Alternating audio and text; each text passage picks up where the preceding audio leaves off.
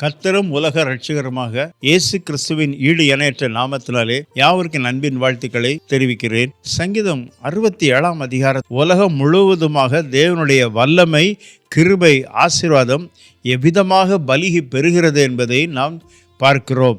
இந்த காரியத்தை பார்க்கும் பொழுது இஸ்ரவேல் ஜனங்களுக்கு மட்டுமல்ல, உலகத்தில் உள்ள அனைத்து மக்களுக்கும் இந்த ஆசீர்வாதம் பெருகி பலிகி பெருகும்படியாக ஒரு கண்ணோட்டத்தை இங்கே நாம் பார்க்கிறோம்.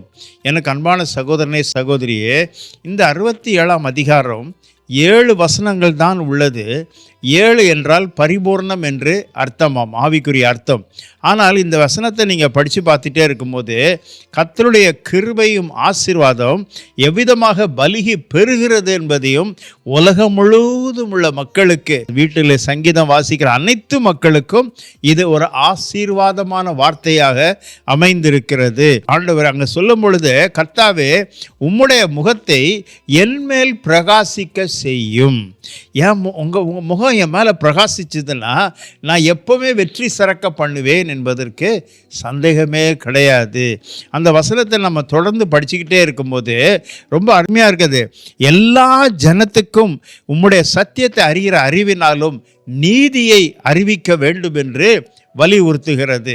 ஒவ்வொரு காரியத்தை நீங்கள் பாருங்கள், ஒவ்வொரு இடத்துலையும் அந்த சங்கீதம் புஸ்தகம் ஒருவேளை இஸ்ரேல் மக்களுக்கு மட்டுமல்ல, உலகம் முழுவதும் உள்ள மக்களுக்கும் எழுதப்பட்ட ஒரு பெருத்த ஆசீர்வாதமான புத்தகமாய் இருக்கிறது. ஏனென்றால் எல்லா ஜனங்களுக்கும் இது ஆசீர்வாதமாக இருக்கும் என்பதற்கு சந்தேகமே கிடையாது. ஏனென்றால் வாசிக்கிற உங்களுக்கு ஆசீர்வாதமாக இருக்கும். குறிப்பாக அந்த வசனத்தை நம்ம படிக்க படிக்க கர்த்தர் உன்னோட பேச ஆரம்பிப்பார். தியானிக்க தியானிக்க கர்த்தர் உன் ஆவியை உற்சாகப்படுத்தி கொண்டே இருப்பார். நம்முடைய ஆவியை உற்சாகப்படுத்தினால் எவ்வளோ பெரிய ஆசீர்வாதம் தெரியுமா? கர்த்தர் தம்முடைய பிள்ளைகளுக்கு ஒரு மிகப்பெரிய ஆசீர்வாதத்தை கர்த்தர் வைத்திருக்கிறார். அந்த ஆசீர்வாதத்தை நாம் சுதந்திரிக்க வேண்டும். அந்த ஆசீர்வாதத்தை நாம் பெற்றுக்கொள்ள வேண்டும். அந்த 3ஆம் வசனத்தை நீங்கள் படித்து பார்த்தீங்கன்னா, எல்லா ஜனங்களும் கர்த்தரை புகழ வேண்டும், எல்லா ஜனங்களும் கர்த்தரை துதிக்க வேண்டும். அவர் துதிகளின் மத்தியிலே வாசம் பண்ணுகிறவர். அவர் துதிகளின் மத்தியிலே தான் வாசம் பண்ணி கொண்டு இருக்கிறார். எவ்வளோ பேரின்ப பாக்கியமாக இருக்கு பாருங்க.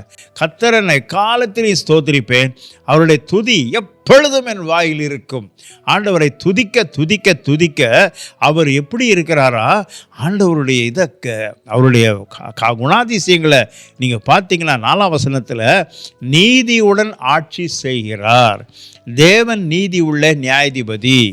உலகத்தில் எங்குமே அநீதி நிறைந்த உலகத்தில் இருக்கும் பொழுது அவர் நமக்கு நீதி உள்ள நியாயாதிபதியாக நீதி உள்ள ஆட்சியை அவர் செய்கிறார். இந்த கர்த்தருடைய ஆட்சி நம் பரமண்டல ஜெபத்தில் கூட என்ன சொல்கிறோம்? பரமண்டலத்தில் செய்யப்படுவதில் போல பூமியிலும் செய்யப்படுவதாக. பூமியில் உங்கள் ஆட்சி உங்கள் பிள்ளைகள் மூலமாக நிலை நாட்டுவதாக என்று நாம் கேட்கிறோம். அந்த அதிகாரத்தில் 5ஆம் வசனம் 6ஆம் வசனத்தில் பூமி எங்கும் ஆசீர்வாதம். பூமி எங்கும் மக்கள் இன்றைக்கி வேண்டியது என்ன? தங்களுடைய நிலத்திலே ஆசீர்வாதம், கையின் பிரயாசத்திலே ஆசீர்வாதம். கடுமையாக இரவும் பகலும் உழைக்கிறார்கள். இரவும் பகலும் உழைத்து உழைத்து சரீரம், அவர்கள் அப்படியே சரீரத்தை கெடுக்கிறார்கள். எதற்காக? கர்த்தருடைய சம்பூர்ணமான ஆசீர்வாதத்தை பெறுவதற்காக. இந்த ஆசீர்வாதம் நம்முடைய வாழ்க்கையில் ஒரு பெரிய சமாதானத்தை கொடுக்கிறது. கர்த்தருடைய ஆசீர்வாதம் வேதனையை கூட்டார். அந்த அருமையானவர்களே, நாம் எந்த அளவுக்கு நாம் இதை வாசிக்கிறோம், எந்த அளவுக்கு இந்த வசனத்தை நம்முடைய வாழ்க்கையில் சுதந்திரித்து கொள்கிறோம், எந்த அளவுக்கு இந்த வார்த்தையின்படி 7 வசனங்களும் எனக்குரியது, 7 வசனங்களும் எனக்காக எழுதப்பட்டது.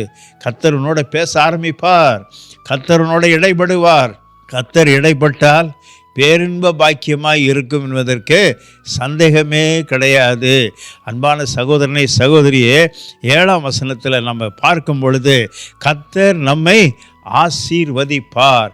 இஸ்ரவேலரை ஆசீர்வதிப்பது கர்த்தருக்கு பிரியமாக இருக்கிறது. அவர் உன்னை ஆசீர்வதிக்கிறது தான் அவர் ரொம்ப சந்தோஷப்படுறாரு. அந்த ஆசீர்வாதத்தை நம்ம விட்டுவிடக்கூடாது.